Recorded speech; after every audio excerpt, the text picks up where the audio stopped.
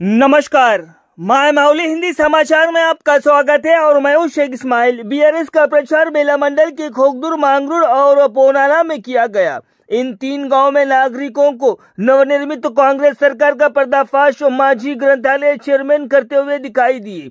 जनता को झूठे वादे किए कांग्रेस सरकार, ऐसा मांझी ग्रंथालय चेयरमैन ने कहा और कहा है कि इनकी नीति नीयत में ही खोट है, इसलिए जनता को झूठे वादे कर कर सत्ता में आई ये सरकार।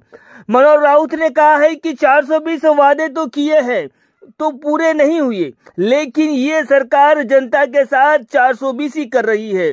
2 लाख की कर्ज माफी का क्या हुआ? कल्याण लक्ष्मी शादी मुबारक 1 लाख रुपए के सहित 1 तोला सोना का क्या हुआ? महालक्ष्मी के तहत हर बेटी को घर घर में घूमकर प्रचार किया था कि 2,500 रुपए कांग्रेस आने पर दिए जाएंगे, उसका भी क्या हुआ? ऋतु भरोसा के तहत 15,000 रुपए प्रति एकड़ और मक्ते से कर रहे किसानों को 12,000 रुपए एकड़, ये सब झूठे वादों का क्या हुआ? 420 वादों में से आपने कितने वादे पूरे किए हैं ये बताइए। ये सीधा निशाना कांग्रेस पे साधा और अब फिर से लोगों को दिलासा देते हुए वोट मांग रहे हो। मनोहर राउत ने कहा है कि अब इनके झांसे में हमको नहीं आना है, आतराम सक्कुक को वोट देकर जिताना है। बीआरएस को और पूर्व सीएम केसीआर को मजबूत बनाना है, क्योंकि तेलंगाना की जनता जाग चुकी है कांग्रेस की नीति से और कांग्रेस के इन झूठे वादों से। लगे हाथ भाजपा पर भी निशाना साधने में नहीं चुके।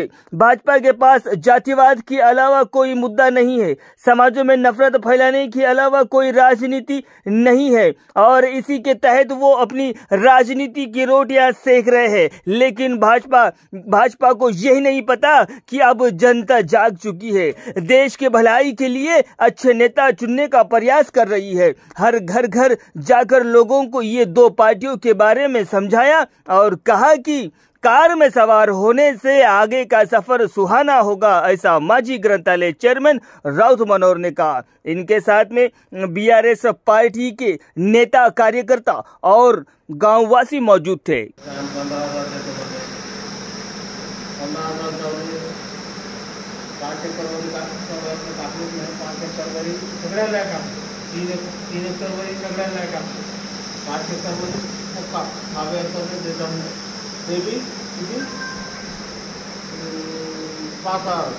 वर्षाचे 10,000 केसीआर देतो मी बघा देतो मला 15 जाऊ दे, गावी बरोबर नाही देत आहे, हे त्यांच्या आहे का नाही कापकार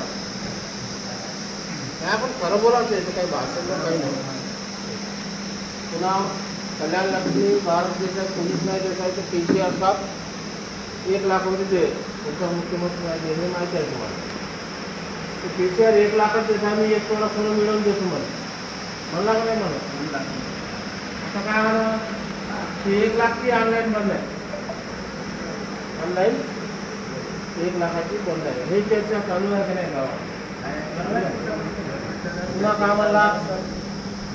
कामाला 2 लाख रुपये केसीआर देता मी 4,000 देतो म्हणे, 2,000 केसीआर देत आहे आम्ही 4,000 देतो म्हणे, 4,000 देत आहे कोणाला तरी, हे चर्चा चालू आहे। पुन्हा कामाला उमेदवार पण 2,500 रुपये महिना देतो म्हणे, 2,000 देत आहे कोणाला तरी। पुन्हा कामाला खाऊन राहायचं म्हणजे मुनाफेवाल्याने देतो म्हणे 15,000, काही कास्तकार नाही देत आहे, मुनाफेवाले पडून देत आहे, ते बी नाही देत आहे 15। पुन्हा कास्तकार लेबर राहायचे तेले 12,000 देतो मला, हे देत आहे का? 100 दिवसात देतो मला, ठीक आहे। तसं लोक केसीआर फॉरवर्डला मग म्हणताय का नाही म्हणताय?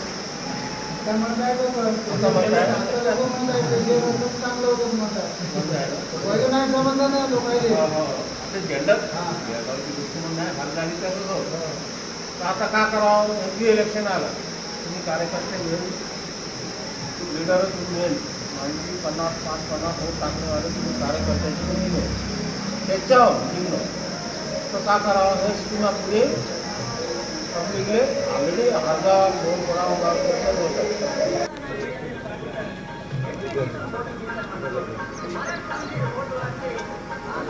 इलेक्शन आलं दादा।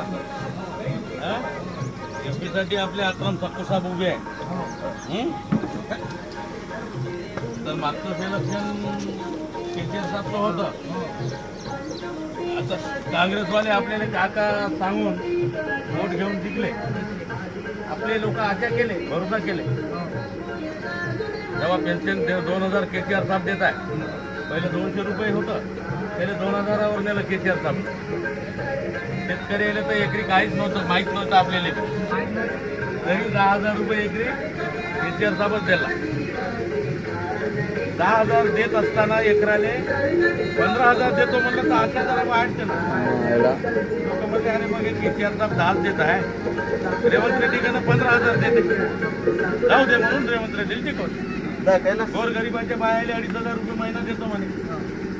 पेन्शन 2,000 केसीआर साहेब देतो, 4,000 देतो म्हणे रेवंत रेड्डी. हे सगळं पाहून वोट टाकले. सगळं झालं. 100 दिवसात मला 9 तारखेला देतो म्हणे. तुम्ही 2 लाख घेऊन या म्हणे कर्ज, 9 तारखेला माफ करतो म्हणे. कोणतंच काही केलं नाही. तर तुम्हाला माहित आहे, जर तुमच्या गावाला केलं असेल तर काही सांगता येत नाही. आमच्याकडेच नाही केलं. सर्व लोक फसले वाटी वाटत आहे का नाही. म्हणून आता फसल्यासाठी आता तरी केसीआर साहेबचे जरा हात मजबूत राहावं म्हणलं तर एमपी जिंकले तर ते जे बी वादे केले ते वादे द्यासाठी आपल्या केसीआर साहेबने बी आपल्या पाठीमागे उभी राहायची ताकद राहील. म्हणून आपण काही शेतकऱ्याचा आपल्याला तेलंगणा आणणारा आपला केसीआर साहेब हो, त्याचे हात मजबूत करून आपण एमपीला जिंकवा म्हणून सगळ्याला विनंती आहे. बीजेपीचं तर माहीतच आहे, मोदी साहेब 15-15 लाख टाकतो म्हणे. हे गेलं रोज तुमच्या खिशातून 100-200 तुझ्या खिशातून खात आहे जीएसटीच्या नावानं. तुझ्या बिडीवरही जीएसटी आहे, अगडब्यावरही जीएसटी आहे, तुझ्या घरी चटणीला जीएसटी आहे, तेलाला जीएसटी आहे, सगळ्याला जीएसटी आहे. म्हणजे 10 रुपयाला भेटायच्या वस्तूले 80 पैसे ते 1 रुपया जीएसटी चालले. एका